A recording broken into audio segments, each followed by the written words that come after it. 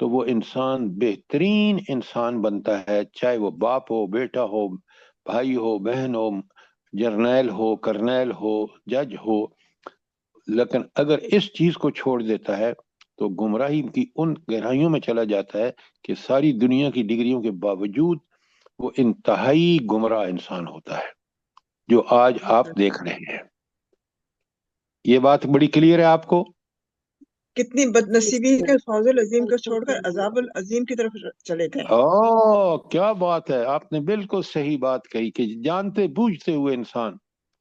تو اللہ تعالیٰ کہتے ہیں یقاتلون فی سبیل اللہ فیقتلون فیقتلون ویقتلون، وہ اللہ کے راستے میں لڑتے ہیں، یعنی جان اور مال دونوں سے جہاد کرتے ہیں، وہ قتل ہوتے ہیں یا یقتلون یا قتل کرتے ہیں۔ جب دیکھیں یہاں ایک بات اچھی طرح یاد رکھیں، لڑنا کس کے لیے؟ اللہ کے لیے، اللہ کے دین کے غلبے کے لیے، تاکہ دنیا میں امن، چین اور سکون پھیلے۔ یہ وہ لڑائی نہیں ہے جو دنیا میں آج آپ دیکھ رہے ہیں، جس سے دنیا فساد زدہ ہو چکی ہے۔ بہت اچھی طرح سمجھیں بات کو۔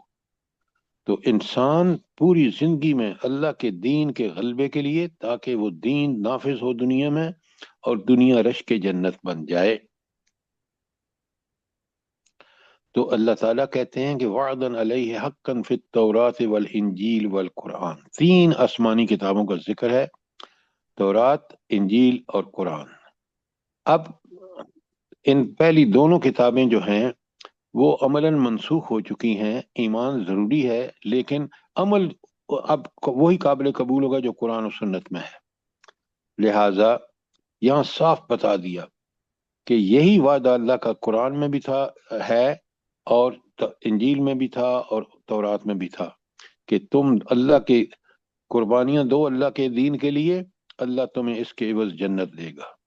اور پھر اللہ کہتے ہیں وَمَنْ أَوْفَ بِعَهْدِهِ مِنَ اللَّهِ، اللہ سے بڑھ کر وعدہ کون پورا کر سکتا ہے؟ فوراً مومن کہتا ہے اللہ نے بالکل برحق فرمایا، اس لیے کہ اسی کے پاس خزانے ہیں، باقی دنیا ساری کی ساری اس کی محتاج ہے، غنی وہ ایک ہے، لہذا وعدہ پورا کرنا صرف اسی کا صحیح ہے، باقی لوگوں کی جھوٹے باتیں ہیں۔ اور پھر فرمایا فَاسْتَبْشِرُوا بِبَيْعِكُمُ الَّذِي بَعْيَعْتُمْ بِهِ، تو اس ڈیل جو آپ نے اللہ سے کی ہے، یہ جو اللہ سے آپ نے معاہدہ کیا ہے کہ ہم دنیا اور آخرت دونوں میں کامیابی چاہتے ہیں، اور وہ ہے آپ کے دین میں ہم ایک معاہدہ کی پابندی کریں۔ لہٰذا اللہ کہتے ہیں کہ جنہوں نے معاہدے کی پابندی کی ہے ان کے لیے خوشخبری ہے، اور انہوں نے بہترین معاہدہ کیا ہے، لہٰذا وہ خوشیاں منائیں، کیونکہ یہ بڑی کامیابی ہے۔ یہ تھی 111۔ کوئی سوال ہو آپ کا 111 کے بارے میں؟ جلدی کریں۔ 112 میں 8 مومنوں کی خصوصیات ہیں، میں نے کھول کے کل بیان کی ہیں۔ نمبر 1 تائبون، لکھیں اپنے، تاکہ آپ کا قرآن پورا اس کی تشریح سے ساتھ موجود ہو۔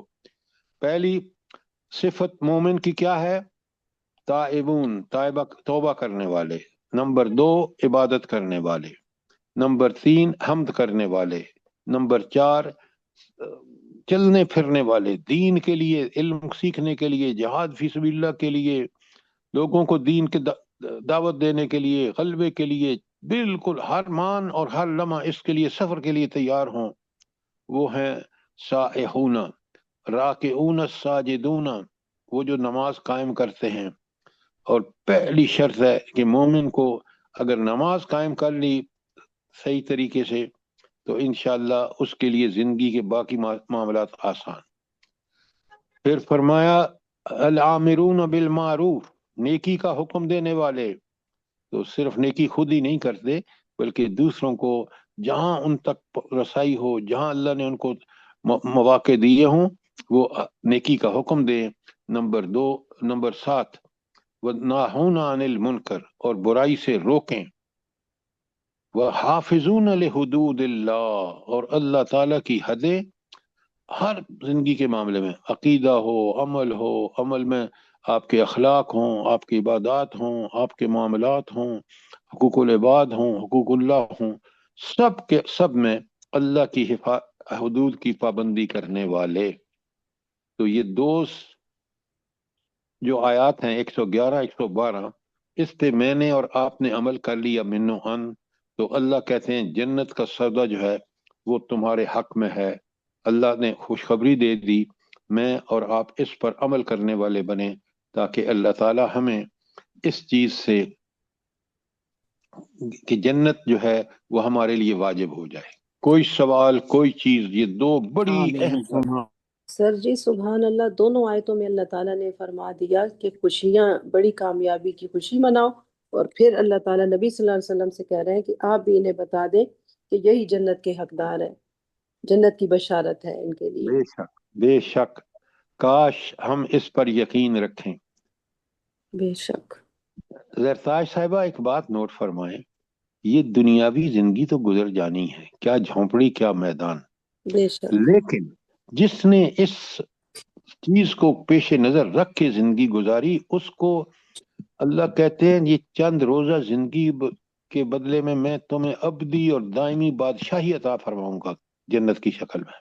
سبحان اللہ، کیا سبحان۔ بات ہے، مومن کتنا فائدے میں ہے اگر وہ ایمان میں سچا اور پکا رہے۔ بے شک سر جی، اگر ہم لیکن سمجھ جائیں نا کہ یہ دنیا فانی ہے، اور دنیا کا جو نظام ہے ہمیں اس میں اچھے طریقے سے رہنا ہے، عمل کرنا ہے، اور آخرت ہی ہمارا سب کچھ ہونا چاہیے، پھر ہماری دنیا ہی بدل جائے، ہم انسان بن جائیں صحیح معنوں میں جیسے اللہ تعالیٰ کا حکم ہے۔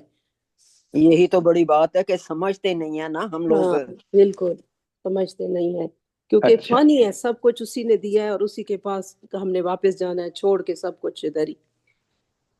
اب ذرا آیت 113 جو آج ہم نے پڑھنی ہے بڑے غور سے سنیں کہ اللہ تعالیٰ کو شرک کس قدر ناپسند ہے، اور اللہ کا وہ اس لیے کہ شرک کی کوئی عقلی بنیاد بھی نہیں ہے، عقلاً بھی دیکھیں نا، اللہ تعالیٰ کی ذات اور صفات ایسی ہیں جو کسی انسان میں نہیں ہو سکتی۔ کیوں؟ انسان مخلوق ہے، اس کو سب چیزیں اللہ نے عطا کی ہیں، لہٰذا اللہ کے مقابلے میں کسی انسان کو کھڑا دینا، کسی بت کو کھڑا کر دینا اور نعوذ باللہ یہ کہنا، یہ بڑی غلط چیز ہے۔ اللہ کہتے ہیں وَمَا كَانَ لِنَبِيٍّ وَالَّذِينَ آمَنُوا، کسی مومن، کسی نبی صلی اللہ علیہ وسلم کے لیے، والذین آمنوا، اور جو لوگ اس پر ایمان لائیں، ان یستغفروا للمشرکین، کہ وہ مشرکوں کے لیے دعائے مغفرت کریں۔ تو مغفرت کس کا حق ہے؟ مومن کا، ایمان والوں کے۔ ایمان والوں کے لیے۔ مشرک کبھی مغفرت نہیں حاصل کر سکتا، اور اسی لیے اللہ نے منع فرما دیا خود نبی صلی اللہ علیہ وسلم کو بھی اور ان کے ماننے والوں کو بھی کہ تم مشرکین کے لیے کبھی دعائے استغفار نہ کرنا۔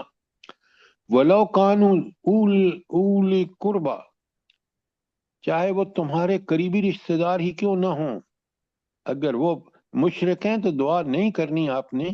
بعد ما تبین لهم انہم اصحاب الجحیم، ہاں، جبکہ یہ بات کھل چکی ہو کہ وہ جہنم کے مستحق ہیں۔ جہنم کا مستحق بندہ کب ہوتا ہے؟ جب مشرک ہوتا ہے، یہ نوٹ فرمائیں آپ۔ تو اس لیے مجھے بھی، آپ اور اپنی اولاد کو بھی، آپ کو بھی اور اپنی اولاد کو بھی شرک سے، ہر قسم کے شرک سے باز رکھنا ہے۔ اچھا، اب یہاں لوگوں کو خیال یہ ہوا کہ بھائی حضرت ابراہیم علیہ السلام جیسا نبی جو تھا وہ تو اپنے باپ کے لیے دعا کرتا تھا، اور باپ ان کا مشرک تھا۔ اب اللہ نے وہ بات کھول کے بتا دی کہ کیوں دعا کرتے تھے، اس لیے کہ انہوں نے وعدہ کیا تھا اس باپ سے جس نے گھر سے نکالا تھا ان کو۔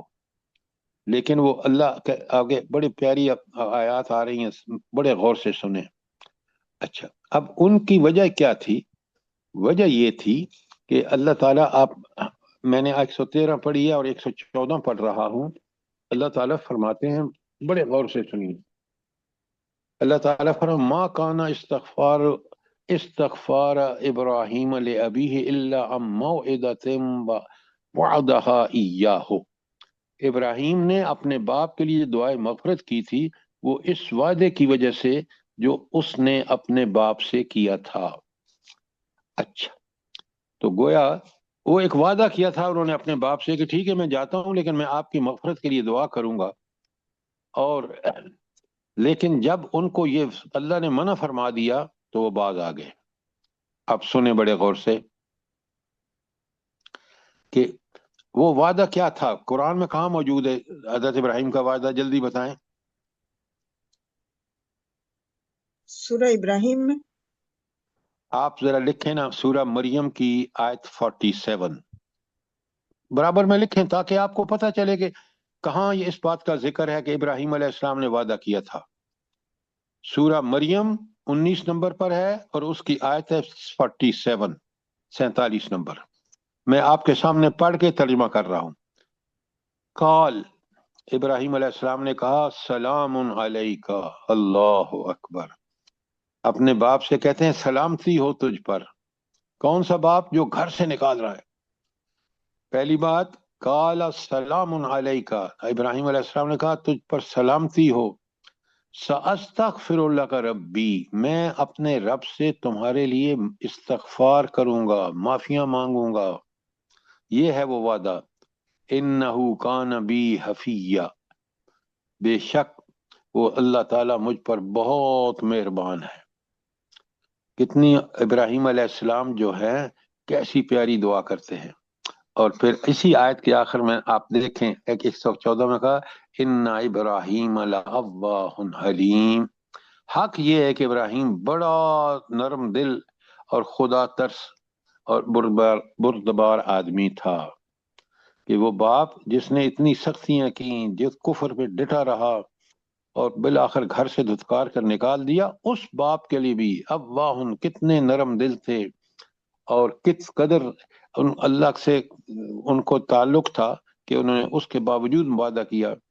اور پھر اللہ نے کتنی بڑی تعریف کی ہے، ان ابراہیم لأواہ حلیم، ابراہیم بڑے نرم دل، خدا ترس اور بردبار آدمی تھے۔ کوئی سوال آیت 114 پہ؟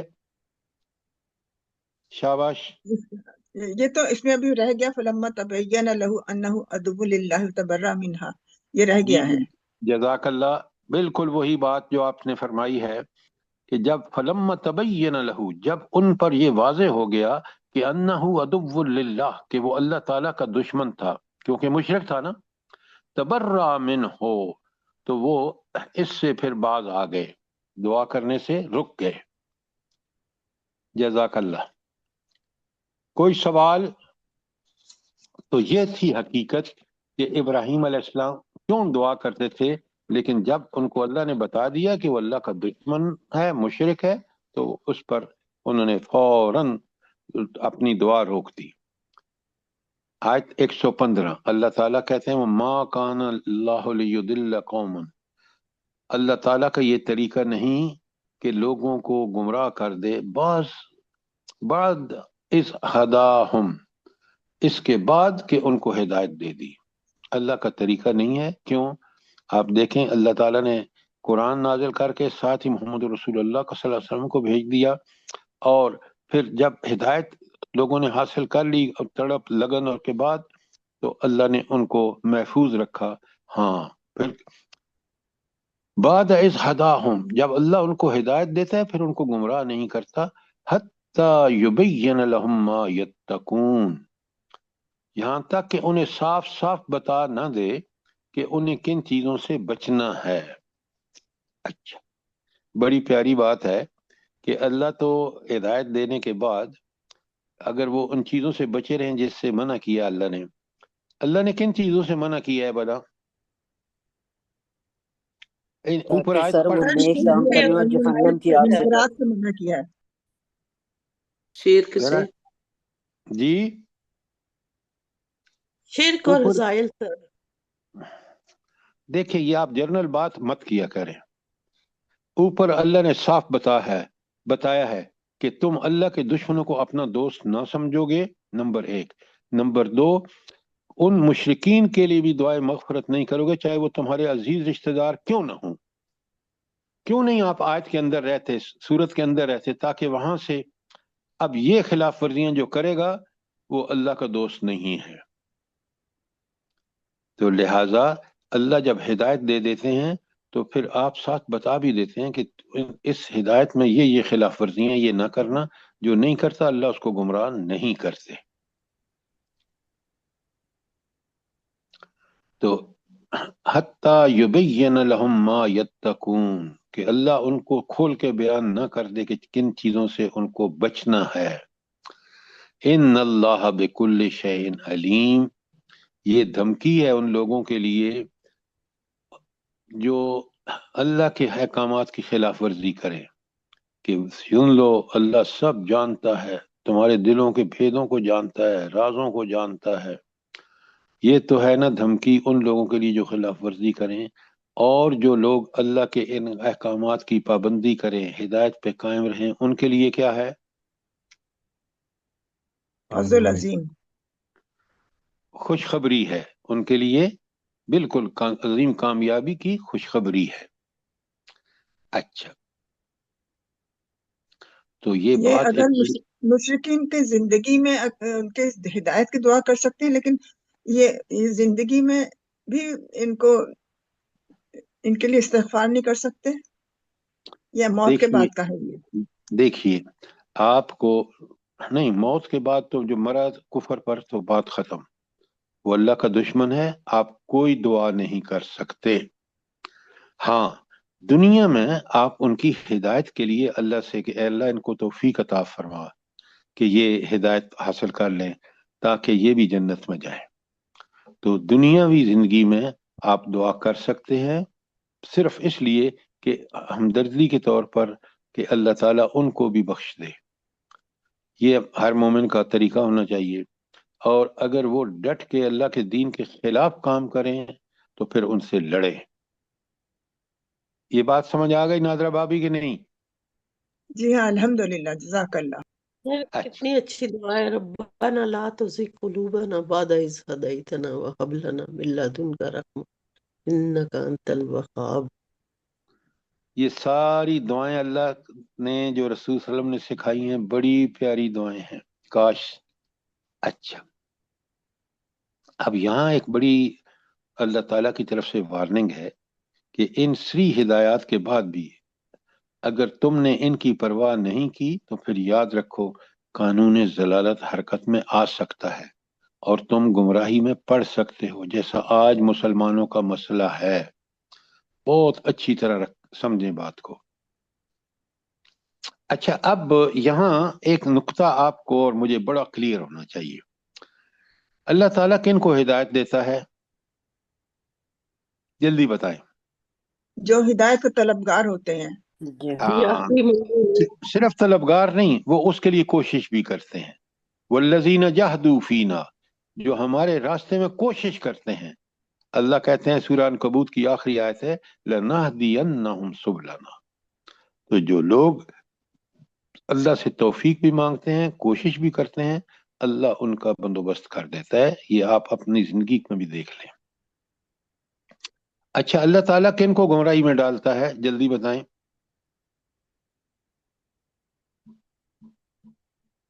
نافرمانوں کو جو احکامات کیے پہ عمل نہیں کرتے ہیں۔ نہیں، عمل کے نہ کرنا تو پہلی بات ہے، اچھا، سب سے جن کے پہلی، پاس اچھا جو اپنے نفس کی خواہشوں پہ چلتے ہیں، اللہ کے سب سے احکامات کو بھولتے ہیں۔ نہیں، آپ ساری باتوں سے پہلے کہیں کہ اللہ کے ہدایت کا انکار کرتے ہیں، وہ جو کتاب نازل کی ہے قرآن مجید، اس کا انکار کرتے ہیں جو برحق ہے۔ ابھی آپ کا سوال تو میں ابھی آپ سے نہیں کروں گا کہ قرآن کتنا برحق ہے، یہ انشاءاللہ جب سورہ بقرہ میں جائیں گے تو آپ کو بتاؤں گا، لیکن اللہ تعالیٰ گمراہ ان کو کرتے ہیں جو پہلے انکار کرتے ہیں اس حق کا جو قرآن بیان کر رہا ہے، اور اس حق کا جو قرآن کا لانے والا اللہ کا رسول بیان کر رہا ہے۔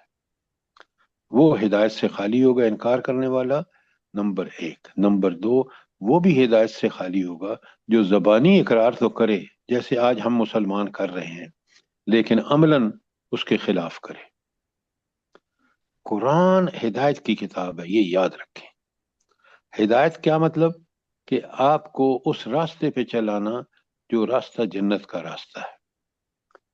ان حاضل قرآن یہدی للتی ہی اقوم، یہ سورہ ہجر کی آیت ہے، یہ قرآن وہ راستہ دکھاتا ہے جو بالکل سیدھا ہے۔ سورہ بنی اسرائیل کی ہے سر جی، آیت نمبر 2۔ ہاں سورہ بنی اسرائیل کی ہے، جزاک اللہ، کریکٹ کر دیا کریں۔ تو اب آپ کو بالکل کلیئر پتہ چل گیا مجھے اور آپ کو کہ ہدایت کن کو ملتی ہے؟ جو قرآن و سنت پر ایمان لا کر یقینی حق سمجھ کر اس پر عمل کرتے ہیں، اور جو اس کے خلاف نہیں کرتے۔ اور قرآن کن کے لیے ہدایت نہیں ہے؟ جو اس کا انکار کرتے ہیں، جو چاہے خواہش نفس پہ چل رہے ہوں، چاہے شیطان کے پیچھے چل رہے ہوں، چاہے طاغوت کے، جیسے آج کے مسلمان ہیں۔ تینوں مثالیں آپ کو مل جائیں گی۔ کوئی سوال آیت 115 کے بارے میں؟ شاباش جلدی کریں۔ 116 میں بڑی اہم آیت ہے، ان اللہ لہ ملک السماوات والارض، اللہ تعالیٰ وہ ہستی ہے جس کے قبضہ قدرت میں زمین اور آسمان کی سلطنت ہے۔ یہ اللہ کی بادشاہی، اللہ کی ملوکیت کا اعلان ہے۔ ان اللہ ان اللہ لہ ملک السماوات والارض، لکھیں یہ توحید ملوکیت کی دعا ہے، اللہ تعالیٰ کی توحید ملوکیت کا اعتراف ہے۔ ان اللہ لہ ملک السماوات والارض۔ دوسری بات، پہلی بات یہ ہو گئی، دوسری بات یحیی و یمیت، وہ زندہ کرتا ہے اور وہ مارتا ہے۔ یہ دوسری صفت بھی سوائے اللہ کے اور کسی میں نہیں ہے۔ تیسری صفت وما لکم من دون اللہ من ولی ولا نصیر، اس اللہ کے علاوہ کوئی نہ تمہارا مددگار ہے نہ کوئی تمہارا ولی ہے۔ تو اب یعنی حامی اور مددگار بھی وہی ہے اور تمہیں وہی بچاتا ہے۔ تو یہ آیت توحید ہے۔ تین چیزیں ہیں، ایک کہ بادشاہی اللہ کی ہے زمین و آسمان میں، نمبر 2 وہ زندہ کرتا ہے اور مارتا ہے، نمبر 3 اس کے علاوہ نہ کوئی مددگار ہے نہ کوئی بچانے والا ہے۔ اچھا، یہ تین آیت توحید کیوں آئی ہے یہاں؟ جلدی بتائیں۔ دیکھیں نا، شرک کی بات ہو رہی تھی تو اس کے مقابلے میں آئیے۔ اصل میں یہ بات آپ کی کسی درجے میں ٹھیک ہے، اصل میں بات بندے کو یہ بتائی جا رہی ہے کہ بندے، تو اگر توبہ کرنی ہے، تو نے زندگی صحیح گزارنی ہے، تو پھر اللہ ہی توحید کا مالک ہے، وہی اس کائنات کا مالک، وہی زندہ کرتا اور مارتا ہے، وہی تمہارا مددگار اور ولی ہے۔ اس سے جڑ جاؤ، اس کے قرآن اور اس کے نبی کی بات مان لو، تو تمہارے لیے توحید، تمہیں کسی اور طرف جانے کی ضرورت نہیں ہے۔ اور جب بھی کسی اور جگہ جاؤ گے تو تم کیونکہ اس کو چھوڑو گے اور اس کے شریک ڈھونڈو گے تو تم ذلیل اور رسوا ہوگے۔ یہ تھی آیت 116۔ اور 117 میں اللہ تعالیٰ فرماتے ہیں لَقَدْ تَابَ اللَّهُ عَلَى النَّبِيِّ وَالْمُهَاجِرِينَ وَالْأَنصَارِ الَّذِينَ اتَّبَعُوهُ فِي سَاعَةِ الْعُسْرَةِ، اللہ تعالیٰ نے معاف کر دیا نبی صلی اللہ علیہ وسلم کو اور ان مہاجرین و انصار کو جنہوں نے بڑی تنگی کے وقت نبی کریم صلی اللہ علیہ وسلم کا ساتھ دیا۔ اب آپ کو پتہ ہے کہ یہاں عام معافی کا اعلان اللہ تعالیٰ اس لیے کر رہے ہیں کہ پہلے گزر چکی ہے آپ کی حضرت ابو لبابہ اور ان کے 6 ساتھیوں کے بارے میں، اور آگے آ رہی ہے جو 3 صحابی ہیں ان کے بارے میں آیت 118 میں۔ تو یہاں اللہ تعالیٰ نے ایک اعلان کر دیا کہ وہ لوگ جنہوں نے نبی کریم صلی اللہ علیہ وسلم کی مدد کی ہے، ان کو اللہ تعالیٰ جو ہے اس نے ان کو معاف کر دیا۔ اگر چھوٹی موٹی غلطیاں ہوئی ہیں، چاہے نبی سے ہوئی ہیں چاہے ان کے فالوور سے ہوئی ہیں، وہ سب معافیاں دے دی اللہ نے، کیونکہ وہ توبہ کرنے والے لوگ ہیں۔ من بعد ما قاد یزیغ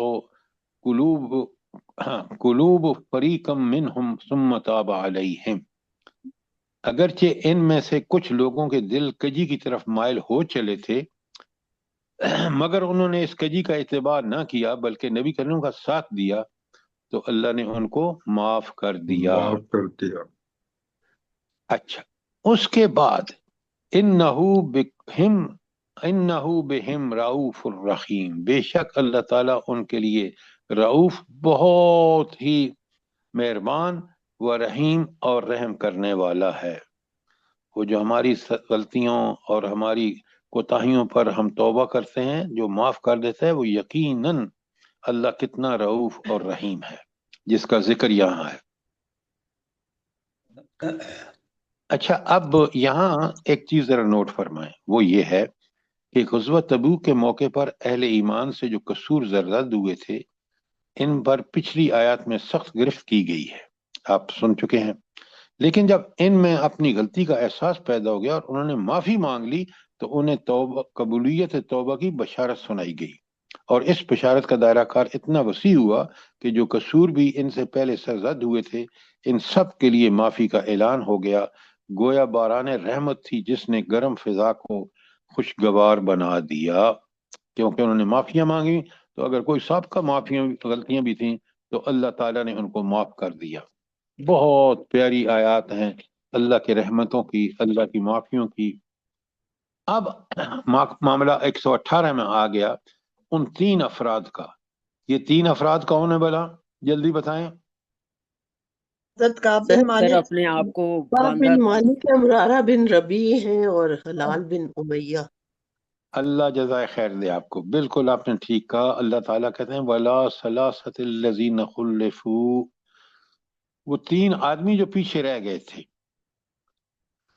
بڑا تین کا ذکر کر کے، اور اب ان پہ کیا گزری ہے ذرا بڑے نوٹ کریں۔ اللہ کہتے ہیں حَتَّى إِذَا ضَاقَتْ عَلَيْهِمُ الْأَرْضُ بِمَا رَحُبَتْ، جب ساری زمین وسعتوں کے باوجود ان پر تنگ ہو گئی۔ کیا مطلب ہے اس کا؟ معاشرے کا برتاؤ ان کہ کے سب لوگ، ان کے نبی لیے کریم ان کا بڑے غور سے سنیں، نبی کریم صلی اللہ علیہ وسلم نے منع کر دیا تو کوئی ان کے، حتیٰ کہ بیویاں بھی ان سے الگ ہو گئیں۔ اللہ اکبر، یہ ہے حتی ضاقت علیہم الارض بما رحبت، کہ وہ زمین ساری وسعتوں کے باوجود تنگ ہو گئی، یعنی ماتوبین سے معاشرے کا برتاؤ ہے کہ پورا معاشرہ اللہ کے حکم اور رسول اللہ کے حکم کے بعد ان سے الگ ہو گیا۔ وَضَاقَتْ عَلَيْهِمْ أَنفُسُهُمْ، اور ان کے اپنے دل کا حال بتا دیا کہ وہ خود جو تھے انہوں نے جان لیا کہ اپنی جانیں بھی ان پر بار ہونے لگیں۔ یہ تھا ان کے اپنے دل کا حال کہ اس غلطی کی وجہ سے کیا، دیکھیں مسلمان ہے تو مومن ہے تو کس قدر افسوس کر رہا ہے۔ اور پھر بتایا وَظَنُّوا أَن لَّا مَلْجَأَ مِنَ اللَّهِ إِلَّا إِلَيْهِ، انہوں نے جان لیا کہ اللہ سے بچنے کے کوئی جائے پناہ نہیں، خود اللہ ہی کے دامن رحمت کے سوا اور کوئی جگہ نہیں۔ تو یہ ہے حال جب مومن غلطی کر دیتا ہے اور وہ اتنا پچھتاتا ہے کہ اس پہ پورا معاشرہ کا معتوب ٹھہرتا ہے، اس کے دل کے اپنا حال یہ ہوتا ہے کہ، اور پھر وہ یہ بات سمجھ جاتا ہے کہ سوائے رب کے جس کی مجھ سے غلطی، جس کی میں نے نافرمانی کی ہے، اس کے علاوہ کوئی معاف نہیں کر سکتا۔ سبحان اللہ سر، انہوں نے جھوٹ بھی نہیں بولا نا، انہوں نے بالکل سچ سچ بتا دیا کہ ایک غلطی تو ہو گئی پیچھے رہنے کی۔ اب آپ آگے سنیں، آپ آگے سنیں ذرا بڑی بات۔ آپ جب آپ نے جب بتایا نا کیسا انہوں نے فیل کیا، تو اللہ کہتے ہیں ثم تاب علیہم، سبحان اللہ، پھر اللہ تعالیٰ نے ان کی طرف رجوع فرمایا۔ یہ بڑی بات ہے، ان کے اس ایٹیٹیوڈ جو اوپر بیان ہوا ہے 3-4 جگہوں پہ جو میں اپنے سامنے رکھا ہے، تو اللہ کا تعالیٰ فرماتے ہیں ثم تاب علیہم، پھر اللہ ان کی طرف متوجہ ہوا۔ اللہ اکبر، لیتوبوا، تاکہ وہ اللہ کی طرف پلٹے۔ تو جب یہ کیفیت ہوتی ہے دل کی کہ انسان اتنا پریشان ہو جاتا ہے کہ میرے رب سے میں نے نافرمانی کی ہے، اور پھر اس کو یہ سمجھ آ جاتی ہے کہ اس کے علاوہ کوئی معاف کرنے والا بھی نہیں ہے، پھر اللہ تعالیٰ اس کی طرف متوجہ ہوتا ہے اور اس طرح وہ اللہ کی طرف جو متوجہ ہوتے ہیں تو ان اللہ هو التواب الرحیم، اللہ تعالیٰ ہی بخشنے والا ہے، تو رجوع کو قبول کرنے والا ہے اور رحمتوں کا مالک ہے۔ وہ رحمتیں اسی کے لیے ہیں جو اللہ تعالیٰ کے در پر اس طرح چپک جائے۔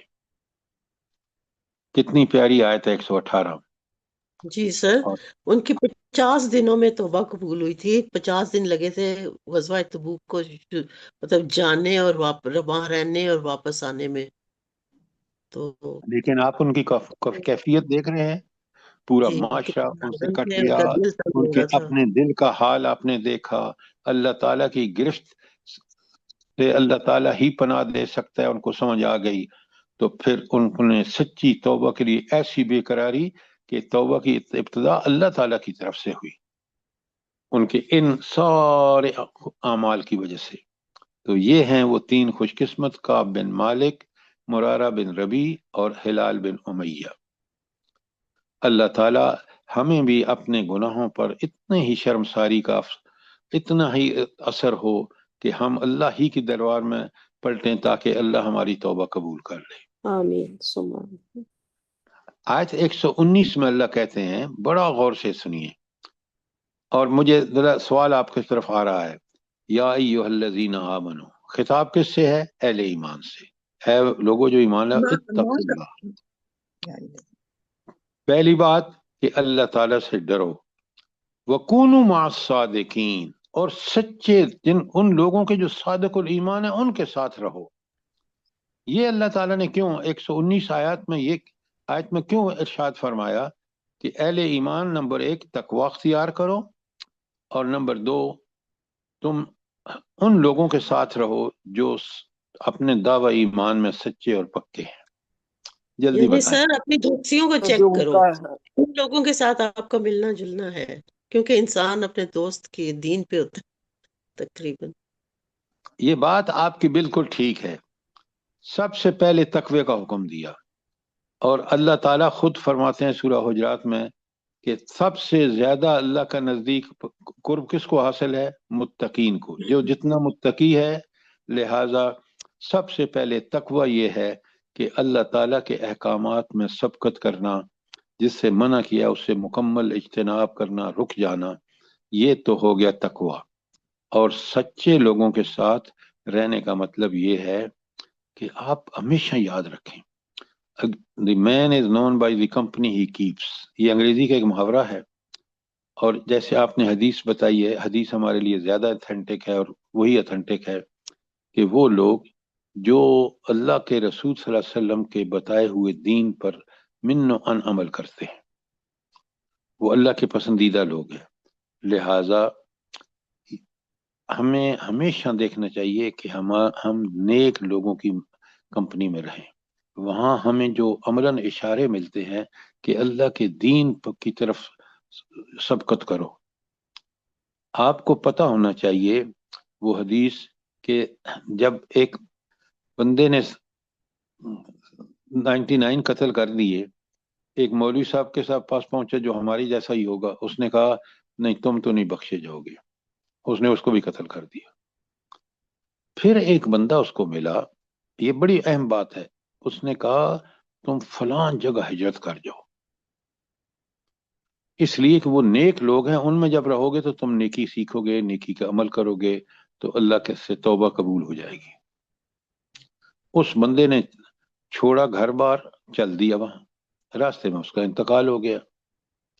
اب جب انتقال ہو گیا تو آپ کو پتہ ہے نیک آدمی کے لیے فرشتے اور آتے ہیں اور برے آدمی کے لیے فرشتے دوسرے قسم کے ہوتے ہیں، دونوں کا رویہ اس کے عمل کے مطابق ہوتا ہے۔ یہ دونوں پہنچ گئے، جب دونوں پہنچ گئے تو اللہ تعالیٰ نے فیصلہ فرمایا کہ تم دیکھو یہ کس زمین کے قریب ہے، اگر وہ اپنی بستی کے قریب ہے اور اس سے دور ہے تو معاملہ دوسرا ہوگا، اور اگر اس بستی جہاں جا رہا تھا وہاں اس سے قریب ہے اور اپنی بستی سے دور ہے تو معاملہ مختلف ہوگا۔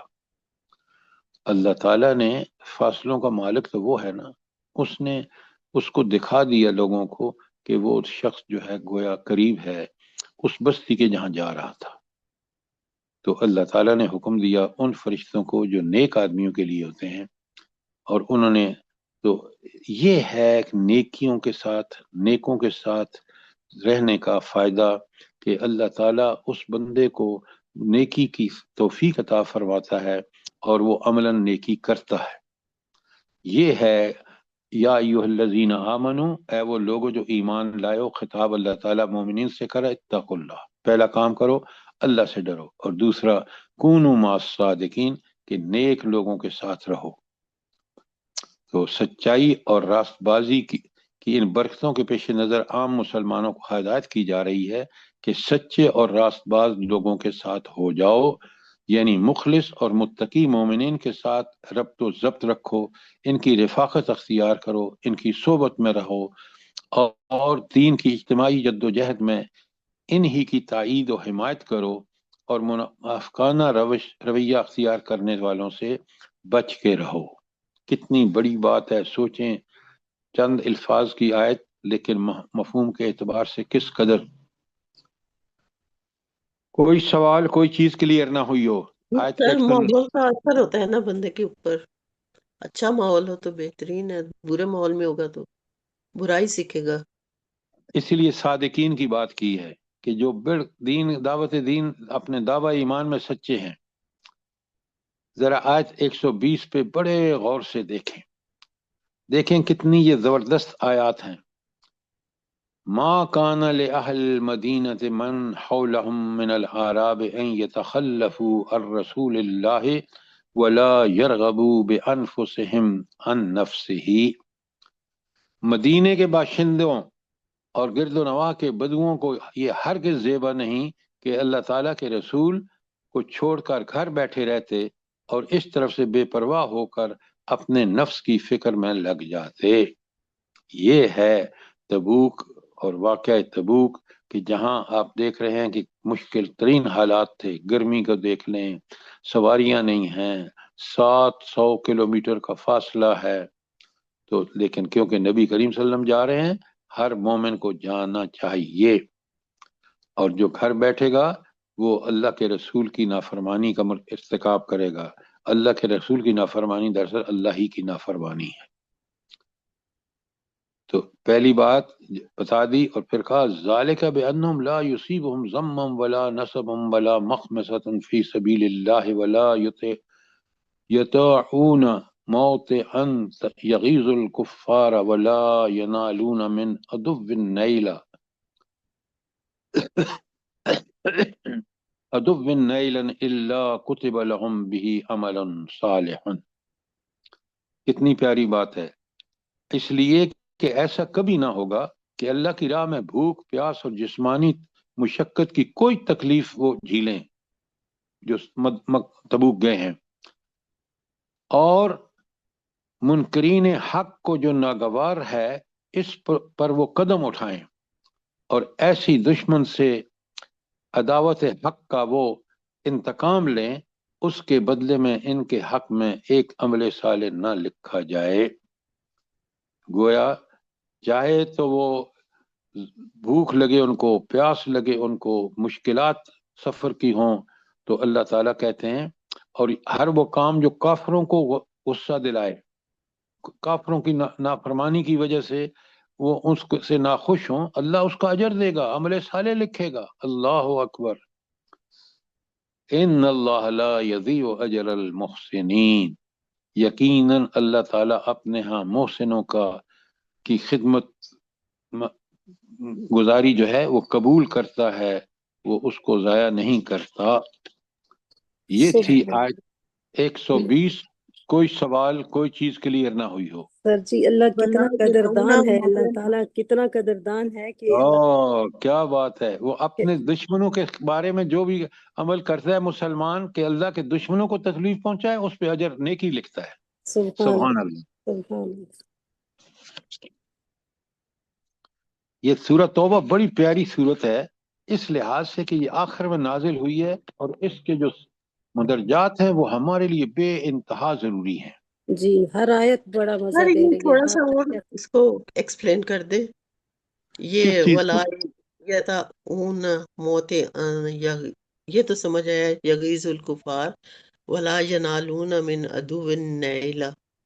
جی تو کون سی چیز آپ کو سمجھ نہیں آئی مجھے بتائیں پھر میں بتائیے تو اتنا موتیا تعاون اچھا اب سنیں بڑے غور سے میں اس کو ذالک بانہم یہ اس وجہ سے ہوا لا یصیبہم ظما یہ لوگ جو گئے ہیں نا تبوک ان کو چاہے وہ پیاس لگے ولا نصب کوئی تھکاوٹ ہو ولا مخمصۃ فی سبیل اللہ کوئی تکلیف جو اللہ کے راستے میں اٹھائیں جیسے کوئی وادی کو پار کر رہے ہیں اور اس میں کافروں کو چاہے وہ رومی ہیں چاہے وہ مشرک ہیں ان کو بڑا دکھ ہوتا ہے کہ یہ مسلمان کیوں جہاد فی سبیل اللہ اور قتال فی سبیل اللہ کے لیے جانے لڑا رہے ہیں تو ہر عمل ان کا چاہے وہ بھوک ہو پیاس ہو مشقت ہو راستے کی 700 کلومیٹر کا فاصلہ ہے تو اللہ تعالیٰ کہتے ہیں کہ اللہ ان کو ان کے بدلے میں عمل صالح لکھتا ہے کیونکہ وہ اللہ کے دشمنوں کے لیے وہ جو ساری کوششیں کر رہے ہیں اللہ اس کو قبول کر کے اور ان کے لیے اللہ تعالیٰ ان کو اجر عظیم عطا فرما رہے ہیں نیکی لکھ کر اور اللہ کتب لہم بہ عمل صالح یہ کہ اللہ تعالیٰ اس کو عمل صالح لکھ دیتے ہیں اور اللہ کتنے قدردان ہیں ان اللہ لا یضیع اجر المحسنین ایسے لوگ محسن ہیں جو اللہ کے دشمنوں کو زیر کرتے ہیں تاکہ اللہ کا کلمہ بلند ہو اب بات سمجھ آئیے ڈاکٹر صاحبہ کہ نہیں جی سر الحمدللہ الحمدللہ اچھا اب آگے چلتے ہیں بڑا اہم آیات ہیں اور ان کو آپ نے بڑی اچھی طرح سمجھنا ہے جو کلیئر نہ ہو تو سوال کریں جزاک اللہ وَلَا يُنْفِقُونَ نَفَقَةً صَغِيرَةً وَلَا كَبِيرَةً وہ جو بھی مال خرچ کرتے ہیں چاہے وہ تھوڑا ہو یا زیادہ ہو وَلَا يَقْطَعُونَ وَادِيًا یا کوئی اپنی اس سعی و جہاد میں جو ہے کوئی وادی پار کرے إِلَّا كُتِبَ لَهُمْ اللہ نے ان کے لیے لکھ دیا لِيَجْزِيَهُمُ اللَّهُ أَحْسَنَ مَا كَانُوا يَعْمَلُونَ کہ ان کے حق میں کیا لکھ دیا تاکہ ان کے اچھے کارنامے کا سلسلہ انہیں عطا کرے تو جو بھی نیکی وہ اللہ کے راستے میں تکلیف اٹھاتے ہیں اللہ اس کو نیکی لکھ کر اور ان کو اجر عطا فرمائے گا کتنی پیاری بات ہے 121 میں اچھا اب ایک بڑی اہم بات آ رہی ہے بڑے غور سے سنیے اور میں نے سوال کرنے آپ سے ما کان المؤمنین لینفروا کافہ اللہ تعالیٰ فرماتے ہیں کہ ماں نہیں ہے وما وما جی اور نہیں ہے مومنوں کے لیے ضروری کہ وہ سارے کے سارے جہاد پر نکل کھڑے ہوں اچھا کیوں ضروری نہیں ہے فلولا نفر من کل فرقۃ منہم طائفۃ لیتفقہوا فی الدین مگر ایسا کیوں نہ ہوا کہ ان کی آبادی کے ہر حصے میں سے کچھ لوگ نکل کر آتے اور دین کی سمجھ پیدا کرتے لیتفقہوا فی الدین دین کی سمجھ پیدا کرتے یہاں ایک بہت اہم نقطہ ہے آپ نے اوپر دیکھا کہ یہ جو بدو تھے دیہاتی اور یہ مدینے والے ان میں کمی کیا تھی جلدی بتائیں یہ نفاق میں وقت تھے شعور کی کمی شعور نہیں علم تھا کی تعلیم نہیں تھی علم کی کمی تھی سر دینی علم کی کمی تھی اگر ان کو یہ دینی علم پہنچ جاتا نفاق کا علاج قرآن و سنت کا علم ہے پہلی بات لکھ لیں جو علم سے خالی ہوتا ہے اس کو دنیا عزیز ہوتی ہے جو قرآن و سنت کے علم سے بہراور ہو جاتا ہے اس کو پتہ چل جاتا ہے کہ دنیاوی مفاد کچھ بھی چیز نہیں ہے اصل بات یہ ہے کہ اللہ تعالیٰ کی رضا کے لیے جو کوشش ہوگی وہ میرے دنیا اور آخرت دونوں میں مجھے فائدہ پہنچائے گی لہٰذا اللہ تعالیٰ کہتے ہیں کہ تم سب کے سب جہاد پر مت دوڑو لیکن جو تم میں دین علم کا شعور نہیں رکھتے وہ سب سے پہلے اپنے دین کو سمجھنے کی اس میں تفقہ فی الدین دین میں فہم حاصل کریں اور جب وہ خود سمجھ جائیں گے پھر وہ واپس آئیں اپنے گاؤں میں اور گاؤں میں یا دیہات میں وہ پھر لوگوں کو سمجھائیں وَلِيُنذِرُوا قَوْمَهُمْ، پھر اپنی قوم کو ڈرائیں اس نفاق سے، اذا رجعوا علیہم، جب وہ گاؤں میں یا مدینہ شہر میں نبی کریم صلی اللہ علیہ وسلم کی محفلوں میں رہ کے آئیں، تربیت یافتہ ہو جائیں، تو اذا رجعوا، جب وہ لوٹیں، انہم، ہاں، الیہم، جب ان اپنے لوگوں کی طرف لوٹیں، لعلہم یحذرون، تاکہ وہ غیر مسلمانہ روش سے باز آئیں، پرہیزگار بن جائیں، وہ نفاق اور ان چیزوں کو، جب دین کو سمجھیں گے کہ اللہ تعالیٰ کون ہے، وہ کیسی ہستی ہے، وہ کتنی رحیم ہے، اس نے کیا بندوبست کیے ہیں میری ہدایت کے لیے، تو وہ اس کا فائدہ اٹھانے کے لیے اس کو گھر سے دور بھیجنا جائے، یا ضروری ہے لوگوں کے لیے کہ وہ کچھ لوگوں کو بھیجیں جو یہ دین حاصل کریں، اور دین حاصل کرنے کا علم حاصل کرنے کے بعد واپس لوٹیں، اور پھر اپنے لوگوں کو بھی ڈرائیں، سمجھائیں۔ اب بڑے غور سے لکھیے یہ نقطے جو میں آپ کو بتا رہا ہوں۔ علم دین بنیادی اہمیت رکھنے والی چیز ہے۔ آپ یہ دیکھ رہے ہیں جو یہ یورپ امریکہ سے ڈگریاں لے کے آتے ہیں، مجھے خود تجربہ ہے، کتنے جب اللہ کی وحی سے ناواقف ہوتے ہیں، اللہ کے دین کی بنیادی ریکوائرمنٹ سے خالق ہوتے ہیں، تو آپ دیکھ لیں آپ کی اسمبلی جو گریجویٹ اسمبلی ہے وہ کیا پاس کر رہی ہے۔ تو علم دین بنیادی اہمیت رکھنے والی چیز ہے۔ اگر لوگ شرعی حدود سے واقف نہ ہوں تو وہ صحیح اسلامی زندگی بسر نہیں کر سکتے۔ سر وہ گاؤں کے گناہ دیہاتی آج تک ایگزیکٹ ایسے ہی ہیں جیسے قرآن میں لکھا ہوا ہے، کتنے ہی سخت ہے۔ آپ سعدیہ یہ نہیں دیکھتی کہ وہ انہوں نے کبھی دین کو سیکھنے کے لیے، اگر وہ اسکول میں بھی بھیجتے ہیں بچوں کو تو تاکہ وہ ایسی تعلیم حاصل کرنے، کل ان کو نوکری مل جائے۔ لہٰذا آپ بھی گاؤں میں رہنے والوں کے بل کی صحیح ترجمانی کر رہی ہیں، اور میں بھی آپ سے بالکل تائید کرتا ہوں۔ نمبر 2، یہ بڑے اچھی طرح لکھ لیں پوائنٹ، علم دین کو عام کرنے کے لیے حالات کی مناسبت سے مختلف طریقے اختیار کیے جا سکتے ہیں۔ اب یہ جو یتیم بچوں کو دارالعلوم میں بھیج دیتے ہیں، وہ دارالعلوم والے بجائے اس کے کہ ان کو قرآن و سنت کی روح سے آگاہ کرے، وہ ان کو تفرقہ بازی میں ڈال دیتے ہیں۔ غلط تو نہیں کہہ رہا؟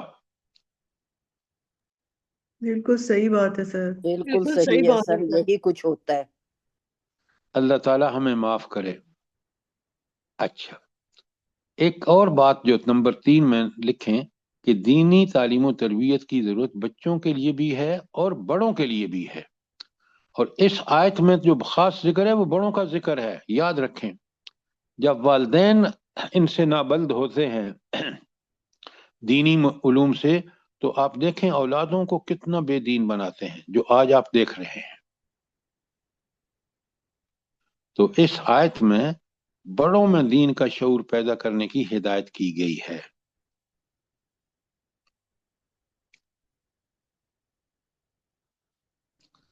اچھا، یہ تفقہ فی الدین کیا چیز ہے یہ بتائیں ذرا مجھے، کیونکہ بڑی اہم بات ہے کہ دین صرف دین نہیں، تفقہ فی الدین ان میں پیدا کیا جائے، یہ کیا چیز ہے؟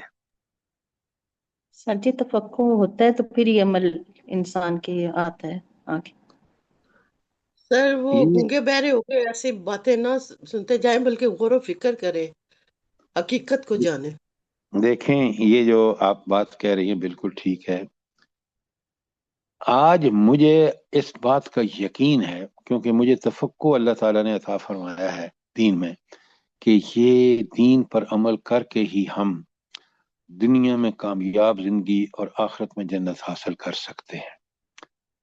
اگر قرآن جیسے مولوی پڑھتے رہتے ہیں، جیسے ہم روز سنتے رہتے ہیں، لیکن نہ اس کے معنی، نہ مفہوم، نہ مقصد پتہ، تو نتیجہ یہ ہے کہ ہمارے اندر کوئی تبدیلی نہیں آتی۔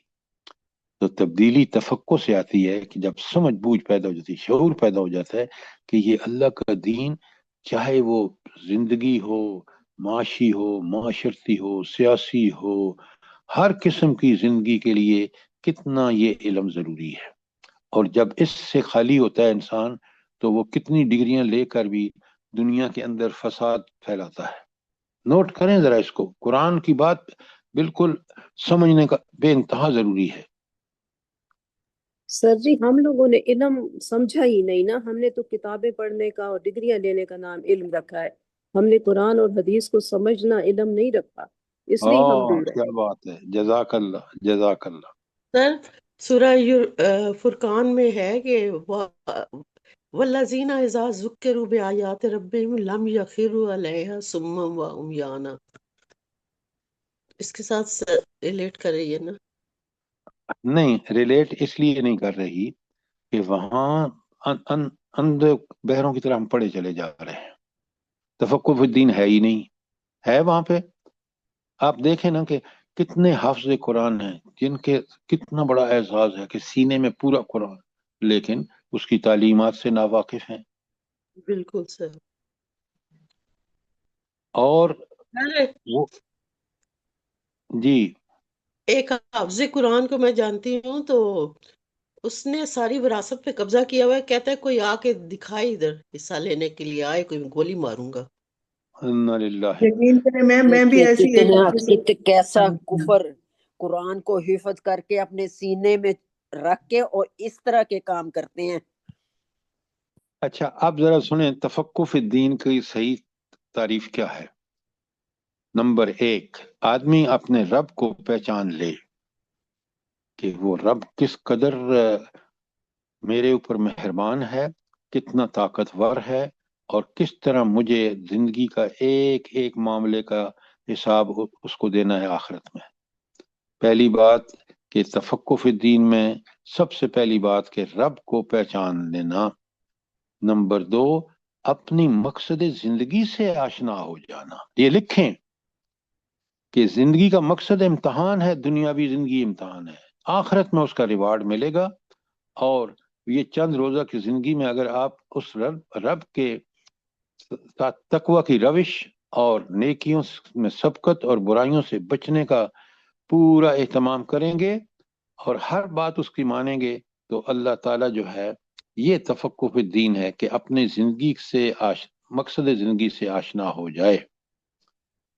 اور نمبر 3، یہ بات ذہن نشین ہو جائے، یہ بات ذہن نشین ہو جائے کہ دین کی مخلصانہ پیروی کا مطالبہ، دین انسان سے مخلصانہ پیروی کا مطالبہ کرتا ہے، اور اسلام یہ ہے کہ اپنے آپ کو مکمل طور پر اللہ اور اس کے رسول کے حوالے کر دیا جائے، یعنی اللہ اور رسول کی اطاعت کا حق ادا کر دیا جائے۔ یہ ہے وہ بنیادی علم، اور یہ ہے تفقہ فی الدین کہ میری زندگی جو ہے وہ پوری کی پوری اس طرح بن جائے جس طرح صحابہ کرام کی زندگی تھی۔ سر تیسرا ریپیٹ کریے گا ذرا۔ ہاں جزاک اللہ، میں آپ کا ریپیٹ کر دیتا ہوں۔ تیسرا یہ تھا کہ انسان کے یہ ذہن نشین ہو جائے کہ دین سے مخلصانہ پیروی کا دین مخلصانہ پیروی کا مطالبہ کرتا ہے، اطیع اللہ و اطیع الرسول۔ اور اسلام یہ ہے، اسلام کیا ہے کہ اپنے آپ کو مکمل طور پر اللہ اور اس کے رسول کے حوالے کر دینا۔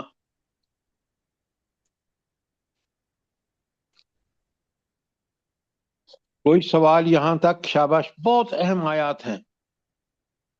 سر یہ جو آیت کے شروع میں ہی ان کو مومنین کہہ دیا گیا ہے نا، تو یہ صرف نام کے مسلمان تھے کیا؟ اچھا آپ بات یاد رکھیں، قرآن اس کو مومن سمجھتا ہے جو ایمان کے تقاضے پورے کرتا ہے۔ ڈاکٹر صاحبہ، ایمان یہ نہیں ہے کہ میں دعویٰ کروں ایمان کا اور ایمان کے خلاف میرا عمل ہو، تو میرا ایمان اللہ قبول نہیں کرے گا۔ تو جب مومنون کا لفظ قرآن میں آتا ہے تو وہ مومن اس کو کہتے ہیں جو صدق دل سے قرآن کی سچائی، اللہ تعالیٰ کے احکامات کی سچائی، رسول اللہ صلی اللہ علیہ وسلم کے عمل کی سچائی، اور آخرت میں اللہ کے سامنے ہر چیز کا جواب دینے کا پورا شعور رکھتا ہو۔ اب بات سمجھ آئی ہے کہ نہیں؟ مومن قرآن کس کو کہتا ہے؟ سر میرا یہ سوال تھا کہ یہ مومنین کو کہا جا رہا ہے، ان کے بارے میں کہا جا رہا ہے نا کہ وہ جا کے علم حاصل کریں۔ جی میرا یہ بالکل۔ سوال ہے کہ یہ کون سا گروپ تھا؟ یہ وہ مومنین تھے جو جیسے ہماری طرح کے بغیر علم کے ہم مسلمان ہوئے ہوئے ہیں، یہ اس طرح کے لوگ تھے؟ دیکھیں یہاں انہی مومنوں کو جو سچے دل سے مومن بننا چاہتے ہیں، نفاق کو چھوڑنا چاہتے ہیں، وہ اللہ کے دین کا شعوری علم حاصل کریں، انہی کو دعوت دی جا رہی ہے۔ تو ہر آیت میں مومن کا لفظ جو ہے وہ اس کا آیت کا سیاق و سباق اس کو متعین کرتا ہے۔ یہ آپ کی بات بالکل ٹھیک ہے کہ یہاں مومن ان کو لوگوں کو کہا گیا ہے جو صحیح ایمان نہیں رکھتے، تفقہ فی الدین ان کا نہیں ہے، اس کے لیے ان کو چاہیے کہ وہ جائیں اور نبی کریم صلی اللہ علیہ وسلم کی محفلوں کو اٹینڈ کریں، تربیت حاصل کریں، جب ان کو سمجھ آ جائے تو وہ واپس جائیں اور واپس جا کے اپنے علاقے کے لوگوں کو وہی چیزیں کھول کھول کے بتائیں جس کی تربیت انہوں نے حاصل کی ہے۔ اب سمجھ آ گئی ڈاکٹر صاحبہ؟ جی سر، جزاک اللہ۔ اچھا، اب یہ بہت بہت ہی بڑا کام ہے، کرتے نہیں ہیں لوگ نا، کہ دین کو سمجھنے کی کوشش میں لگے رہیں اور سمجھائیں جیسے آپ بتا رہے ہیں۔ جزاک اللہ۔ اب سنیں آیت 123 تا 127، بڑی اہم آیات ہیں، پہلی بھی کوئی کم ٹائم نہیں ختم تھی، ہو گیا۔ میں اسی کی بات کر رہا ہوں، لیکن 23 آیت میں کل آپ نے تیاری کر کے آنی ہے، یا ایھا الذین آمنو۔ اب اس آیت میں آپ دیکھیں خطاب ہے مومنوں سے، قاتل المشرکین، قاتل الذین یلونکم، ان لوگوں سے لڑو، جہاد فی سبیل اللہ کرو جو تمہارے قریب ہیں، اور وَلِيَجِدُوا فِيكُمْ غِلظَةً، اور چاہیے کہ وہ تمہارے اندر سختی پائیں۔ یہاں میں اختصار سے بتا دوں، کل کھول کے بتاؤں گا اور آپ تیاری کر کے آئیں کہ یہاں اللہ تعالیٰ نے غزوہ تبوک کے واپسی کے بعد یہ اللہ نے اعلان کر دیا کہ اب مسلمانوں کو اقدامی جنگ کرنا ہوگی، کہ حملہ کرنا ہوگا کس پر؟ ان لوگوں پر، کافروں پر جو ان کے قریب ہیں، اور ان پر سختی سے ان کے ساتھ پیش آنا ہے، ان کے ساتھ ریکمنڈیشن نہیں کرنی کہ ان کو دنیا کو نوبل پرائز دے دو، بلکہ جو کافر ہیں ان کے ساتھ سختی سے پیش آنا ہے، اور مومنوں کو حکم آ گیا کہ لڑائی کریں۔ اور آپ کو پتہ ہے کہ نبی کریم صلی اللہ علیہ وآلہ وسلم، بڑے غور سے سنیں، غزوہ تبوک اسی قسم کی حملہ تھا کافروں پر، نبی کریم صلی اللہ علیہ وسلم کا وہ لشکر اسامہ بھیجنا بھی اسی زمرے میں آتا ہے، اور آئندہ جو لڑائیاں ہوئی ہیں دونوں کے درمیان، مومنوں کے درمیان اور عیسائیوں کے درمیان یا رومیوں کے درمیان، اور مومنوں اور ایرانیوں کے درمیان، وہ بھی اسی زمرے میں ہے۔ تو یہاں آپ کو بڑا کلیئرلی حکم مل گیا آخر میں نبی کریم صلی اللہ علیہ وسلم کے وصال سے پہلے کہ آپ نے آج اگر ہم نے یہ جنگ کی ہوتی تو پاکستان انڈیا کے ساتھ غلبے کی شکل میں ہوتا۔ آج آپ یہ نہ کہتے کہ ہمارے پاس گاڑیوں میں پیٹرول نہیں، اور ہم یہ جرنیل جو آپ سے باتیں کر رہے ہیں یہ آپ نہ کہتے۔